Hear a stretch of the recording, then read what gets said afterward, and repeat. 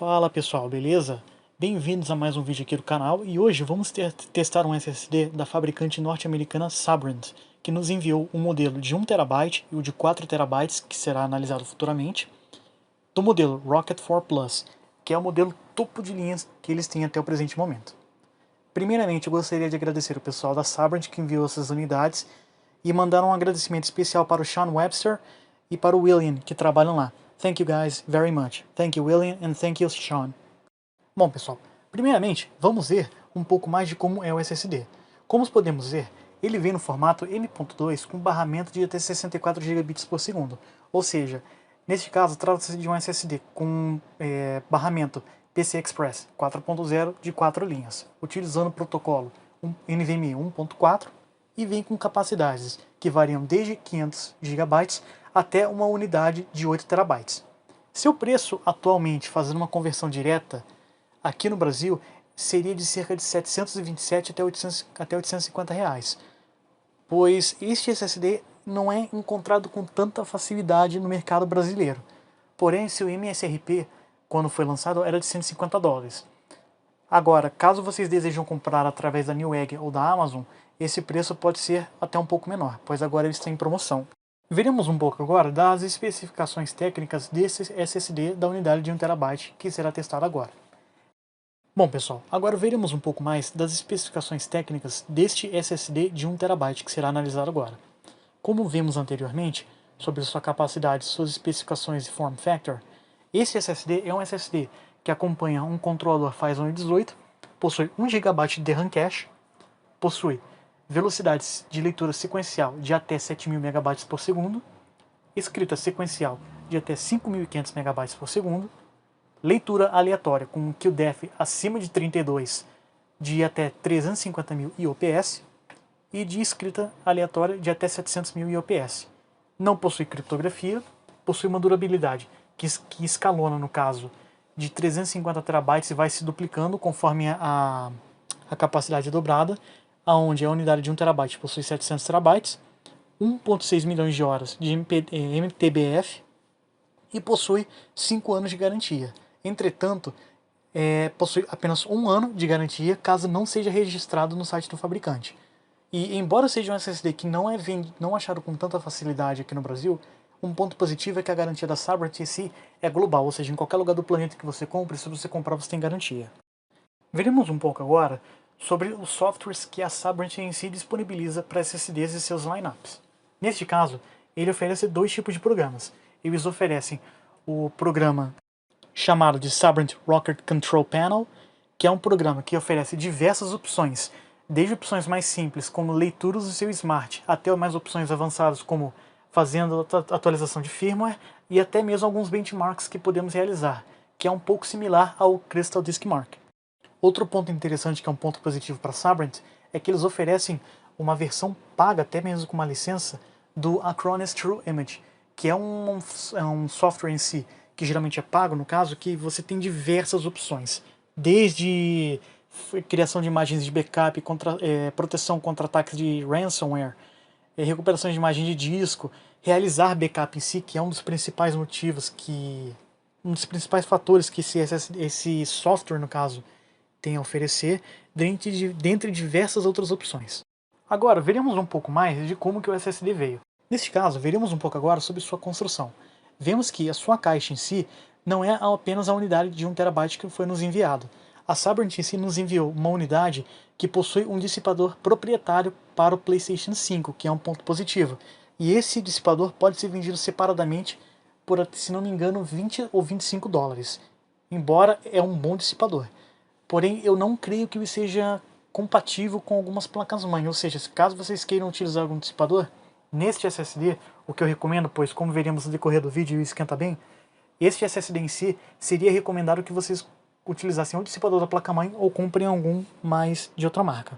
Embora a própria Sabrent ofereça algum também, que é um dissipador bem robusto, que custa cerca de 20 a 25 dólares, que também será visto na unidade de 4 TB, pois é o que veio com ele. Como podemos ver, uma coisa bem interessante que chamou a atenção é que sua caixinha em si possui dentro da sua caixa outra embalagem que parece ser de metal, que dá a impressão de ser de cobre, só que obviamente não é, que traz a impressão de um produto bem high-end, o que eu achei bem interessante, bem curioso. Como podemos ver através dessas imagens do PCB que estarei disponibilizando agora, é um SSD que possui chips em apenas um lado, ou seja, é um SSD single-sided, pois ele possui apenas, do lado do PCB superior, o controlador, uma DRAM cache e 4 NAND flash de 256 GB cada uma. Bom, daremos uma olhada agora a respeito de sua construção interna e dos componentes que a Sabrent decidiu utilizar nesse SSD. E como podemos ver, os componentes utilizados nesse SSD em si são muito similares ao SSD que foi analisado há pouco tempo atrás, que eu publiquei tanto no meu canal do YouTube aqui, quanto no site do The Overclocking Page, que no caso era o Netak NV7000, que como podemos ver ao decorrer desse comparativo, se comportou de forma bem similar a esse SSD. Esse SSD ele vem com um controlador Phison E18, que é um controlador com arquitetura ISA-ARM de 32 bits e 5 núcleos Cortex-R5, com processo de fabricação da TSMC de 12 nanômetros. Trabalha com um clock de 1 GHz em seus núcleos principais, que no caso são 3 núcleos, e possui outro núcleo dual-core que trabalha com a frequência reduzida, que são conhecidos como Coax Processors, que tem o intuito de realizar tarefas mais simples e preditivas, assim é possível diminuir a carga nos 3 núcleos principais, pois dessa forma podemos reduzir consumo elétrico, dissipação de calor e evitar thermal throttling, tendo em vista que SSDs, como este, podem chegar em alguns casos consumir mais de 9 watts, beirando o limite do conector 1.2. Uma dessas principais funções que podemos ver é cuidar de trechos repetitivos de códigos e algumas funções dentro do firmware desse controlador, que os núcleos principais não têm necessidade de fazer, pois como são repetitivas, ele pode jogar essas tarefas para esses núcleos de maior eficiência no caso, para que não gere os problemas mencionados anteriormente. Enquanto isso, os núcleos principais são mais utilizados para tarefas de escrita, leitura e de host. Outro ponto interessante a se mencionar é que esse controlador possui até 8 canais de comunicação, sendo que cada canal possui um barramento de até 1600 megatransfers por segundo, onde cada canal possui um suporte até 4 comandos tipo Enable, o que possibilita este SSD se comunicar com até 32 DAIs simultaneamente, através da técnica de interleaving. E obviamente o que não poderia faltar é a DRAM cache nesse SSD. Como se trata de um design de um SSD topo de linha, ele acompanha a DRAM cache. E como podemos ver, é um chip da SK Hynix modelo H5AN8 G6 NDJR-XNC, que é um chip DDR4 de densidade de 8 GB, ou seja, 1 GB, que tem uma frequência através do seu GDEC de até 3.200 megatransfers por segundo, com latências de CL22-22-22. Porém, devido à própria limitação do controlador de memória integrado dentro do Phison 18, essa DRAM cache opera uma frequência de 2.666 megatransfers, o que é até peculiar, pois geralmente encontramos essas DRAM caches a frequências de 1.600 megatransfers por segundo, pois dessa forma ele tem uma latência menor que oferece um melhor desempenho, tendo em vista que não basta apenas termos velocidade, sendo que o que mais importa neste caso é a latência.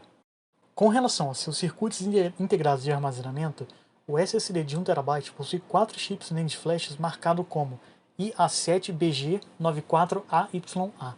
Tratam-se de NAND flashes da fabricante norte-americana Micron, sendo que nesse lineup são os famosos B47R, que possuem densidade de 512 GB, ou seja, 64 GB, 176 camadas de dados, e 195 gates, que geram um array efficiency, que é a eficiência do array de dados, de 90.3, pois são 176 divididos 195 gates, o que gera essa eficiência. Oficialmente, a Micron divulga que cada DAI em si possui um barramento de até 1.200 megatransfers por segundo, embora já encontramos alguns SSDs disponíveis no mercado, sem ser aqueles de Engineering Sample que a Phison disponibiliza, que trabalham a 1.600. Porém, infelizmente não é o caso aqui. Vemos que cada NAND flash em si possui 4 DAIs de 512 GB, totalizando 256 GB por cada NAND flash, que ao todo totaliza 1 TB. Porém, trabalham a 1.200 megatransfers e não a 1.600. Mas como poderíamos ver no decorrer do vídeo, é mais do que suficiente para entregar uma performance muito boa. Outra parte importante desse SSD em si é o seu circuito responsável pelo gerenciamento de energia, o seu PMIC, que é o Power Management IC, que neste caso é um conhecido para quem já viu diversas análises com esse tipo de controlador, que é o PS610822, que, embora tenha uma marcação da Phison em si, eu não creio que seja um chip da própria Phison e seja sim alguma remarcação, que talvez seja de alguma fabricante como Texas Instruments ou algumas outras, mas eu creio que seja do Texas Instruments. Algumas curiosidades interessantes antes de partirmos para os benchmarks são que, quando esses SSDs foram lançados, em novembro de 2020, eles foram lançados não com essas NANDs B47R, pois elas não haviam sido lançadas ainda. Esse lineup na época utilizavam as NANDs B27B da Micron, que são as NANDs de 96 layers, que também são de excelente qualidade, com o mesmo barramento de 1600 megatransfers por segundo. Porém, eles oferecem uma largura de banda por cada die bem inferior em comparação aos B47R, como podemos ver na análise do Tom's Hardware, que estarei deixando aqui na análise na descrição do vídeo. Mas aí se me perguntarem, e se eu for comprar SSD? Como que eu vou distinguir qual possui qual? Infelizmente é bem complicado fazer isso. Entretanto, tirando as ferramentas que temos para fazer a leitura dos DIEs em si, que são aqueles arquivos VLOW que fazem a relatório em si, podemos ver pelo seu firmware, pois as versões que possuem 96 layers tinham como padrão um firmware RKT4 P1.2, enquanto as novas possuem um R4 PB4 7.2. E é isso em relação à sua construção interna. Partiremos agora para a metodologia de testes. Nesses testes em si, foi utilizado Crystal Disk Mark, PC Mark 10, Iometer, 3D Mark, Autodisk Benchmark, Premiere, GTA V e mais os sistemas operacionais, Windows 10 e Windows 11. É importante ressaltar que quaisquer mudanças em si no sistema operacional, na plataforma que seja tanto Intel quanto AMD, versão de driver de chipset, modelo de processador, modelo de placa-mãe, versões do sistema operacional, que no caso seria tipo Windows 10 build de 2004 comparado com a build 1904, podem gerar resultados com uma diferença. Então isso tem que ser levado em conta ao se realizar os testes.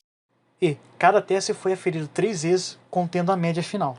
Para isso, foi utilizada uma bancada de testes AMD, utilizando o sistema operacional Windows 10 Pro, 64 bits, utilizando a build 21H2, junto da mesma build, porém do Windows 11. Windows 11 Pro 21H2. O processador utilizado foi o Ryzen 9 5950X, com a frequência fixa de 4 GHz em todos os núcleos, para que também não ofereça alguma variação dos resultados. Memória RAM foi utilizado 2 módulos de 16 GB, contendo velocidade de 3.200 megatransfers por segundo, com CL16. A placa-mãe utilizada foi a Gigabyte Aorus B550 Vision D, com a versão do BIOS F15A e com Fast Boot desativado. Placa de vídeo utilizada foi uma GTX 780, tendo em vista que não realizamos testes em si de Direct Storage pelo menos ainda, com driver 472.98. O SSD contendo o sistema operacional foi o Gamex S70 Blade, que já fiz uma análise no Adrenaline, estarei deixando o link na descrição também para os interessados. O SSD testado, como mencionado anteriormente, é o Rocket 4 Plus de 1TB, contendo o firmware R4PB47.3. A versão do driver de chipset B550 utilizado foi a 4.03.03.431. Outras informações importantes são que o sistema operacional utilizado, que no caso foi o Windows 11, como Windows V-Boot, teve sua indexação desabilitada, atualizações do Windows Update desabilitada, e a grande maioria dos aplicativos que fica rodando em segundo plano, como aqueles aplicativos da Microsoft, foram desinstalados ou desabilitados. No teste de boot é utilizada uma imagem limpa do Windows 10 e do Windows 11, contendo apenas os drivers e os updates até determinado momento que a imagem foi utilizada, sem mais nada. No teste de SLC Cache, o SSD é arrefecido por fãs para não gerar thermal throttling interferindo no resultado. Então esse é o único teste que eu utilizo fãs no SSD para que ele não tenha nenhum resultado que possa interferir no seu volume. E no Windows também, outro ponto importante, não há presença de antivírus que possa gerar resultados inconsistentes dependendo da rodada. E por último, cada SSD é testado como disco secundário, utilizando 0% de espaço de armazenamento e 50% de espaço de armazenamento, tendo em média também esses valores, até apresentar o resultado nos seguintes benchmarks. Bom pessoal, mais chega de papo agora e vamos direto aos benchmarks. Começaremos primeiramente utilizando o Crystal Disk Mark em leitura sequencial utilizando 8 filas e uma thread. Com isso, vemos que o SSD conseguiu apresentar o segundo melhor resultado desse comparativo, ficando entre o meio dos SSDs PCI Express 4.0, como o S70 Blade e o NV7000, de 1 TB, ambos os outros dois SSDs. Em sua escrita sequencial, foi o mesmo cenário. Entretanto, este SSD e o NV7000, que possuem basicamente os mesmos componentes, ficaram apenas um pouco atrás do S70 Blade, que conseguiu ter cerca de 500 a 700 megabytes por segundo a mais em relação a esse, mas nada que seja notável em um cenário convencional do dia a dia. Agora, um teste interessante é a sua latência utilizando uma fila e uma thread com tamanho de blocos de 4 KB e 1 GB de dados. 1 GB, perdão. Com isso, vemos que o SSD conseguiu apresentar excelentes velocidades em sua latência de leitura, ficando basicamente idêntico ao NV7000, que novamente possui componentes idênticos a este da Sabrent, e em sua latência de escrita, vemos novamente que apresentou um resultado semelhante ao NV7000, o que novamente foram resultados incríveis, ficando basicamente no topo da tabela.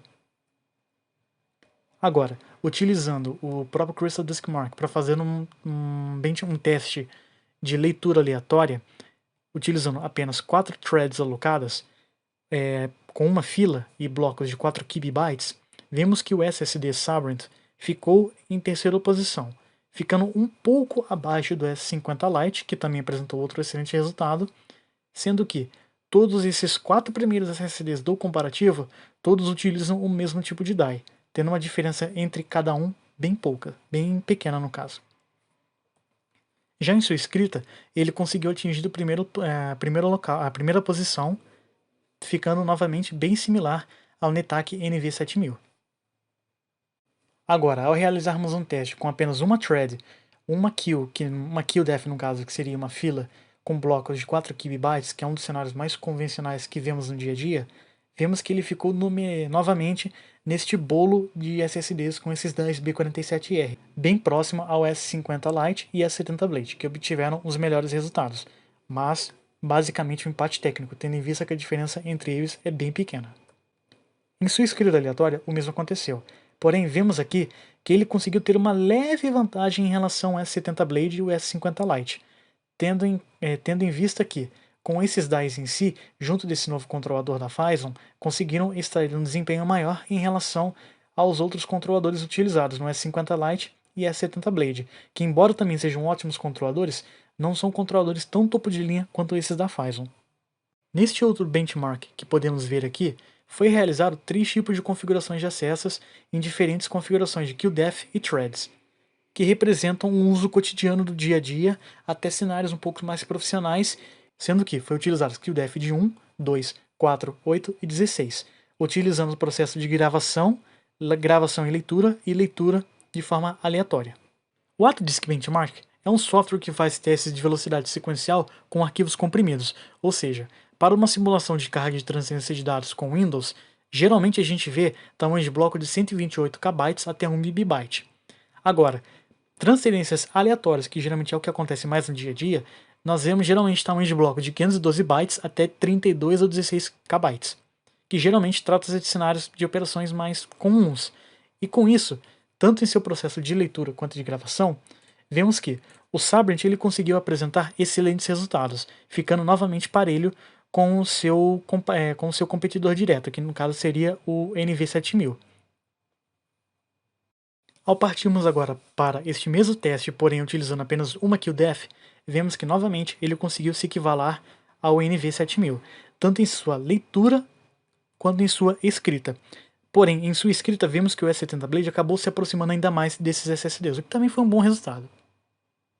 Ao utilizarmos o 3Z Market utilizando o suíte de testes Storage Benchmark, são realizados diversos testes voltados ao armazenamento, incluindo testes de carregamento de games como o do Black Ops 4, o Overwatch. É utilizado o programa conhecido como OBS, fazendo streaming e gravação de uma gameplay a 1080p em 60 fps. É utilizado também, feito no caso, instalação de games e transferência de arquivos e pastas de games, dentre demais outras traces que é utilizado nesse software. Com isso, podemos observar que o Rocket 4 Plus novamente apresentou um empate técnico com o seu irmão NetAC, sendo que ambos obtiveram o topo da tabela como posição em si, ficando até uma boa vantagem em relação aos outros demais SSDs, como o S70 Blade e até mesmo o S50 Lite, que ambos esses dois, como mencionado anteriormente, possuem os mesmos DICE. Partindo agora para o PC Mark X, que é outro programa bem conceituado no mercado que testa vários traces, desde boot, de carregamento do Windows 10, utiliza o pacote Adobe como After Effects, Illustrator, Premiere, Lightroom, testa games como Battlefield 5, Call of Duty Black Ops 4, Overwatch, dentre diversos outros fatores, podemos observar que nesse benchmark, o Sabrent Rocket 4 Plus de 1TB conseguiu ultrapassar até mesmo a posição do seu irmão, que possui os mesmos componentes internos, o NV7000, tendo uma leve vantagem para a Sabrent em si. Ao utilizarmos o Adobe Premiere para medir o tempo de abertura de um projeto de cerca de 16.5 GB com resolução 4K e 120 megabits de bitrate, cheios de efeito a que estivesse pronto para edição, podemos ver que este SSD foi o que apresentou o menor tempo de carregamento, ficando cerca de 1.5 segundos mais rápido ao S70 Blade, que até o presente momento tinha o melhor resultado comparativo. Agora, ao utilizarmos o GTA V, que ele calcula o tempo de carregamento desde iniciarmos o modo campanha até ele carregar o modo campanha junto de suas texturas, vemos que ele apresentou o melhor resultado do comparativo, se saindo até mesmo 2 segundos à frente do NV7000. O que, embora tenha sido um resultado muito bom, são apenas 2 segundos, o que provavelmente não vai afetar a jogatina de ninguém. Passando agora para os testes de carregamento do sistema operacional, vemos que, ao testarmos o Windows 10 Pro com a build 21H2, utilizando o programa Boot Racer, vemos que ele apresentou um resultado idêntico ao S50 Lite de 1TB, o que novamente foi um excelente resultado, apresentando um tempo de boot desde apertarmos o botão Power da máquina até eu iniciar o sistema operacional e carregar todos os drivers em 22,5 segundos, o que foi novamente um excelente resultado. Já com o Windows 11, utilizando a mesma build 21H2, vemos que apresentou novamente outro resultado, dessa vez sendo cerca de 1,5 segundos mais rápido do que o Windows 10.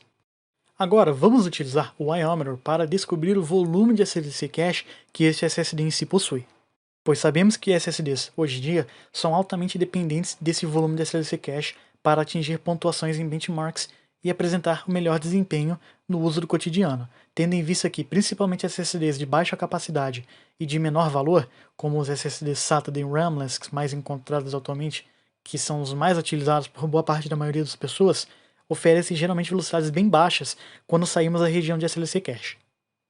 Porém, foi possível constatar que esse SSD possui um volume de SLC cache dinâmico, de cerca de 110 a 112 GB, que conseguiu manter uma velocidade média de aproximadamente 5.8 GB até o final de seu SLC cache.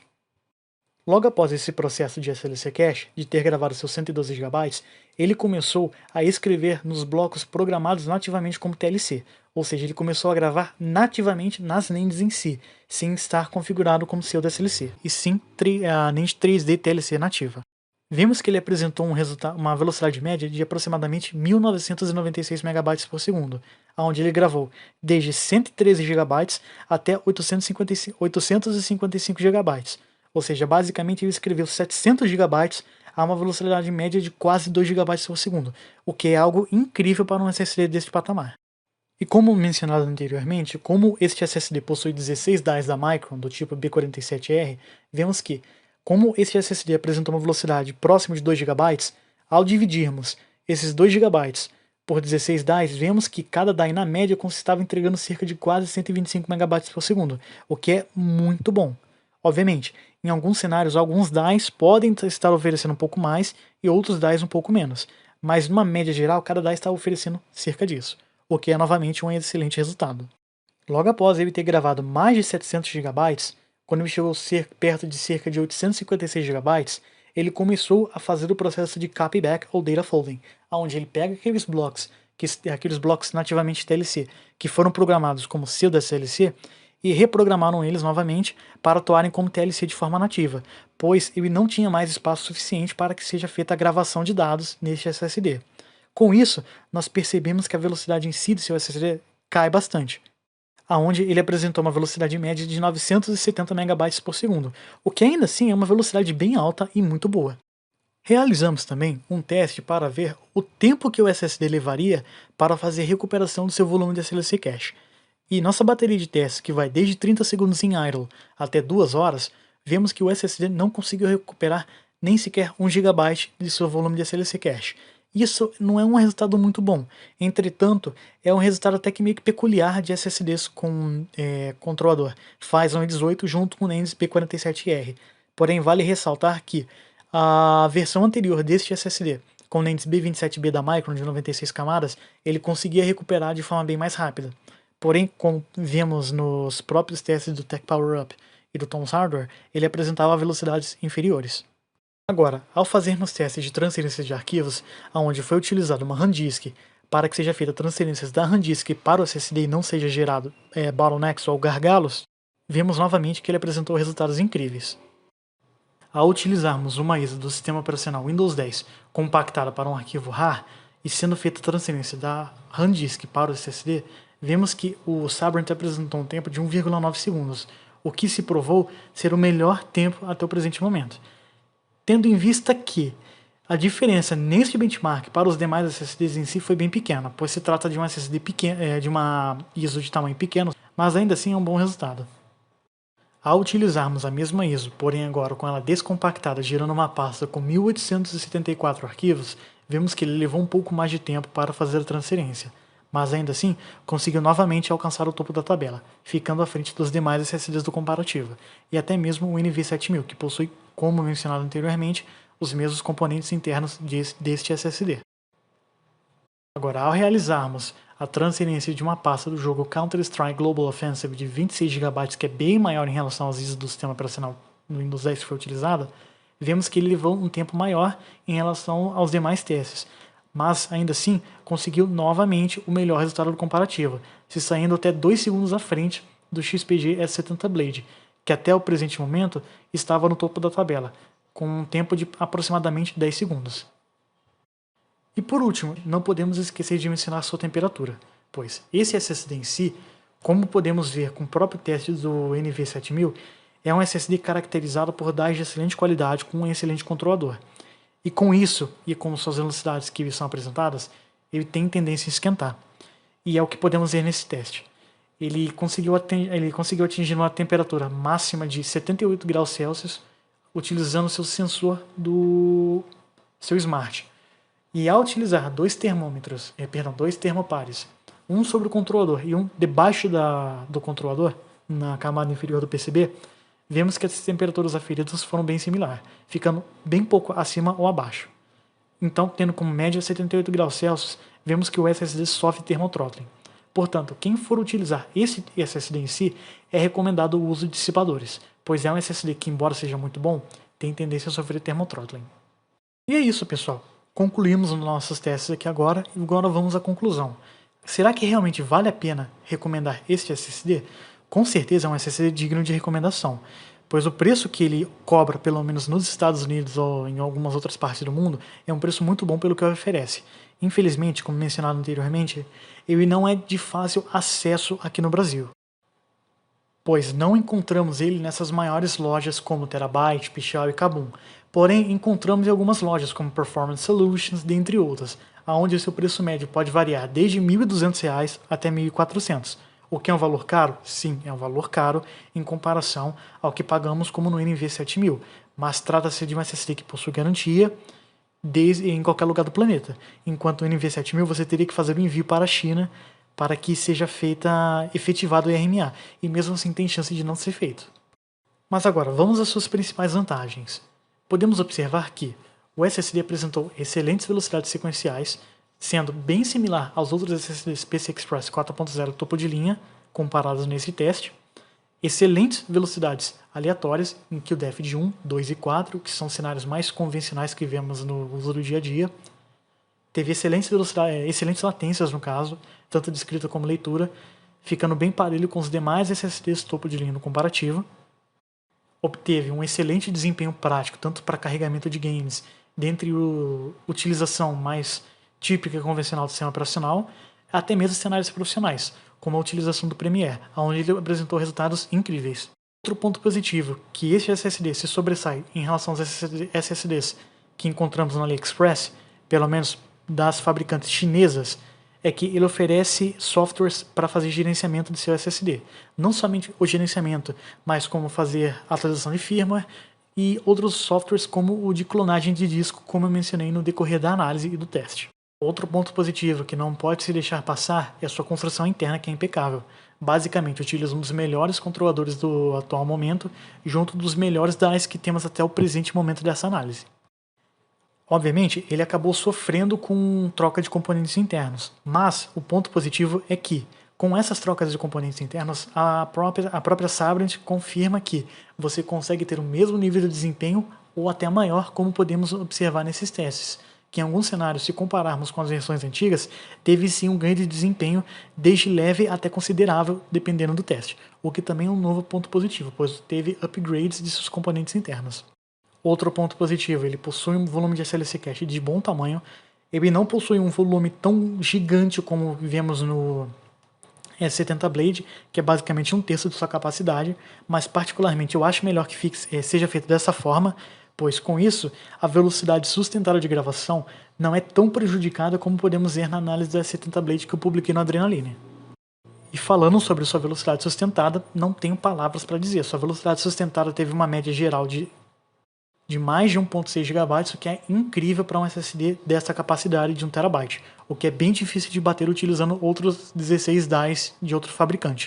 Seu preço geralmente se encontra aqui no Brasil, quando você encontra ele, como nessas lojas que eu mencionei anteriormente, de forma razoável, não é um preço tão agressivo como encontramos de outros SSDs como o S50 Lite ou até mesmo o S70 Blade, mas ainda assim não é algo fora da realidade que seja totalmente inviável a compra, então é um outro ponto positivo. Possui um bom nível de durabilidade e MTBF, que seria no caso o quanto a fabricante garante que ele vai funcionar. E por último, e não menos importante, possui garantia global de 5 anos, porém vale salientar que, ao você comprar o SSD, caso não seja feito o registro dele no site da Sabrent em si, você só terá apenas 1 ano de garantia. Portanto, para que você consiga extrair os 5 anos de garantia, você precisa realizar o cadastro no site. Agora, ao vermos suas principais desvantagens é que um dos principais desvantagens deste SSD é uma desvantagem bem particular de SSDs com esse mesmo tipo de controlador e mesmo DAI, que é que seu volume de SLC Cache demora demais para se recuperar. O que foi possível observar também no SSD da Netak, que estarei deixando aqui no card para que vocês possam dar uma olhada, que também apresentou uma demora imensa para fazer uma recuperação do seu volume de SLC Cache. Outro ponto também é que esse SSD, por ser um SSD topo de linha e atingir velocidades incríveis, ele sofre de thermothrottling. Portanto, caso optem por fazer a compra deste SSD, minha recomendação, se forem utilizar em notebook, tentem comprar algum dissipador daqueles finos, ou até mesmo alguns notebooks hoje em dia já vêm com dissipadores, como no caso do que eu utilizo aqui em casa, que é um Acer Nitro, ele já possui uma fina chapa de alumínio que ajuda a dissipar um pouco do calor. Mas a própria Sabrent oferece um dissipador bem robusto, vendido separadamente, para isso, caso alguém queira. Mas ainda assim, até mesmo dissipadores como de placa-mãe, que geralmente encontramos, é suficiente para poder resolver esse problema de thermothrottling. E outro ponto negativo também é que esse SSD não possui criptografia, pois embora este controlador seja capaz de suportar esse tipo de criptografia, como AES ou TCG-PAL, dentre outras, a Sabrent optou por não disponibilizar esse feature. E é isso, pessoal. Espero que tenham gostado de mais uma análise. Caso tenham gostado, deixem seu like, comentem, compartilhem e fiquem no aguardo para os próximos vídeos. Um abraço. Falou!